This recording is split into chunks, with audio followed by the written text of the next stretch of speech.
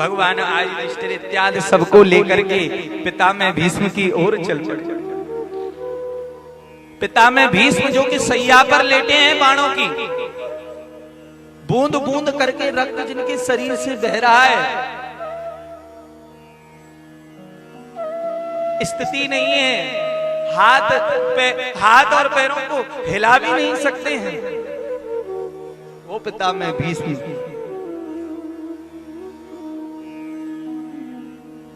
जो आज अर्जुन को आते हुए देखा, तुरंत पितामह ने कहा, अर्जुन क्या अकेले आए हो? तुम्हारा सारथी कहाँ है? भगवान पीछे पीछे चल रहे थे। भगवान आगे आकर के बोले, दादाजी प्रणाम। मन ही मन पितामह ने प्रणाम किया, प्रभु आप मुझे प्रणाम कर रहे हैं? भगवान बोले, बताओ पितामह कैसे याद किया? पितामह अर्जुन से बोले, अर्जुन पहचानते हो ये कौन है?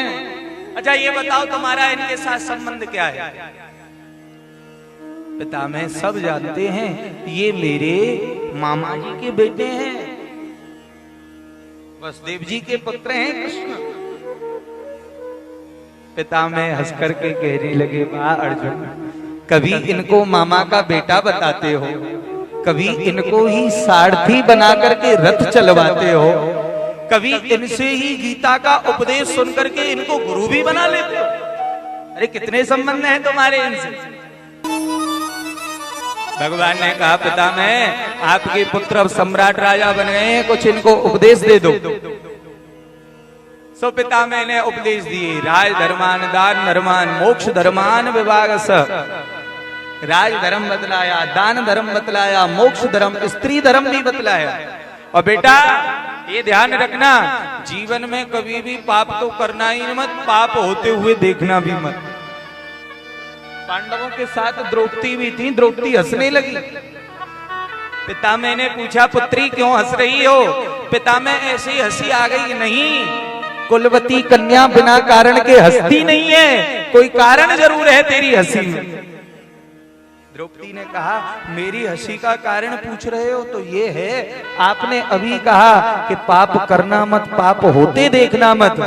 तो क्या पितामह वो पाप नहीं था जिस समय भरी सभा में मेरी साड़ी को वह दुष्ट दुशासन खींच रहा था? आपके रोकने की बात तो बहुत दूर, यदि आप अपने धनुष की प्रत्यंचा को भी एक बार खनखना देते तो उसकी इतनी हिम्मत नहीं मेरे वस्त्र को हाथ लगाए। लेकिन आपने ऐसा नहीं किया। बेटा मेरा शरीर अब शुद्ध हुआ है, तब तो मेरा शरीर ही अशुद्ध हो गया था। क्यों? क्योंकि मैंने दुर्योधन का अन्न खाया। अन्न भी बड़े ध्यान से खाना है। जब आहार सुधरेगा तभी हमारा व्यवहार सुधरेगा। आहार गलत भक्ष्य करोगे तो व्यवहार भी गलत हो जाएगा। सबको उपदेश दे करके फिर भगवान के चरणों में स्तुति करने लगे। देख लिया उत्तरायण होने वाले हैं, सुंदर समय आ गया, क्यों नहीं भगवान सामने हैं, तो अभी इस शरीर को विश्राम दूंगा, अभी विश्राम दूंगा।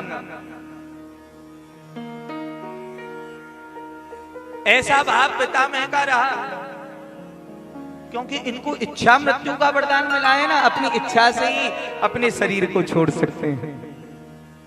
सो भगवान के सामने स्तुति करने लगी और एकादश स्कंद में भगवान की स्तुति गाई है।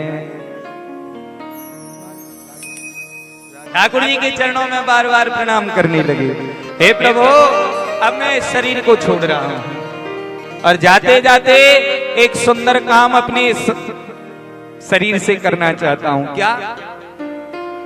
जाते जाते ये जो मेरी कुमारी कन्या है इसका विवाह आपके साथ करना चाहता हूं। मरते समय भी जीव की तृष्णाएं होती हैं, किसी की वित्तेषणा होती है, किसी की पुत्रेषणा होती है, किसी की लोकेषणा होती है। वित्त की याद आए, पुत्र की याद आए, पुत्री की याद आए। सो पितामह बोले, मैं भी जाते जाते अपनी पुत्री का कन्यादान करना चाहता हूं। सब लोगों ने सोचा कि ये तो आजीवन भर ब्रह्मचारी रहे, पुत्री कहां से आ गई? तो भगवान के समक्ष पितामह ने कहा, इति मति, हे प्रभु जाते समय जो ये मेरी बुद्धि रूपी पुत्री है ना, मेरी मति की आपके चरणों में है रति, आप बन जाओ इसके पति और इसकी भी हो जाए सदगति। सदगति आप इससे विवाह कर लो प्रभु, आपके चरणों में अर्पित कर रहा हूं। और देखो मैंने आपके उस स्वरूप को भी याद किया है जाते जाते, जब अर्जुन युद्ध करते समय मुझ में अपने पिता में और भाइयों को देखने लगता था, तो तब आप रथ को बीच युद्ध भूमि में ले जाते थे, तो आप भी सबके ऊपर दृष्टि डालते थे। मैं जानता हूं आप वहां क्या देख रहे हैं, आप कुछ और नहीं, आप यही दृष्टि गोचर कर रहे हैं कि किसकी आयु कम करनी है, किसकी आयु को बढ़ाना है, किसका समय कब पूरा हो रहा है। ऐसे है भगवान, आपने मेरे ऊपर भी बड़ी कृपा की है। मेरी प्रतिज्ञा को रखने के लिए आप अपनी प्रतिज्ञा को भूल गए। मैंने प्रतिज्ञा की थी आप पर शस्त्र उठवाऊंगा, आपने प्रतिज्ञा की मैं शस्त्र नहीं उठाऊंगा, लेकिन भक्त का मान रखने के लिए आपने युद्ध भूमि में शस्त्र उठा लिया। ऐसे है ठाकुर जी, आपके चरणों में बार बार प्रणाम करता हूं।